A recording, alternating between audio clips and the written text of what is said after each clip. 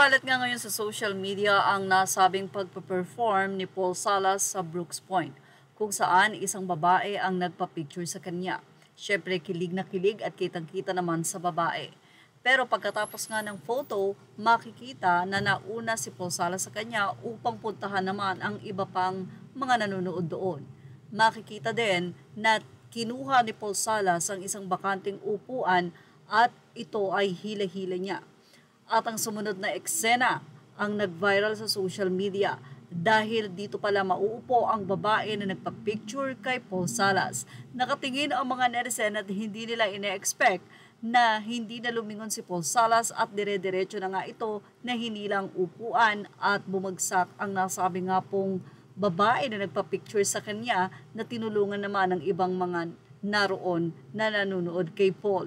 Nagkaroon ito ng iba't ibang komento sa social media at sinabing hindi naman daw talaga alam ni Paul. Ang sinabi ng iba ay sinasadya daw. Hinila ito ni Paul Salas upang tumayo at makita siya ng mga tao na siya ay nagpe-perform.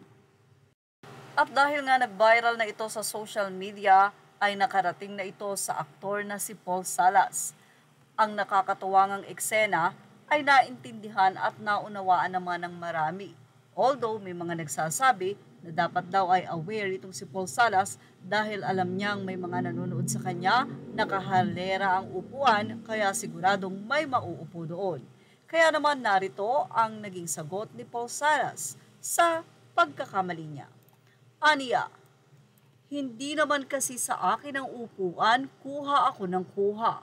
Pasensya, minamahal kong binibini at hindi ko napansin upuan mo pala yun. Bawal ako sa'yo or bawi ako sa'yo, I love you. Mabuti at okay ka at sana nag-enjoy ang lahat ng taga Brooks Point, Palawan. Love you guys. Nagkaroon nga ng iba't ibang komento dito ang mga netizen. Anila, don't judge kasi yung girl, hindi muna siya tumingin bago siya umupo. Hi, people. Say nila wala namang kasalanan, akala niya wala nang nakaupo doon. Igagamitin niya pala para makita ng mga tao, kaya tama siya, nagsorry. Ba't nagagalit daw kay Paul? Samantalong mga tao tuwang-tuwang pinagtatawanan. Say naman ang isa, hindi naman kasalanan ni Paul yung babae sa sobrang kilig. Hindi niya natinignan ang uupuan niya sa sobrang saya. Anyway, sabi nga ni Paul Salas, babawi siya sa girl. Well, abangan natin kung mayroon bang pagbawi. Yan ang ating Showbiz Now update. Images are all credit to the rightful owners. Thank you for watching Showbiz Now.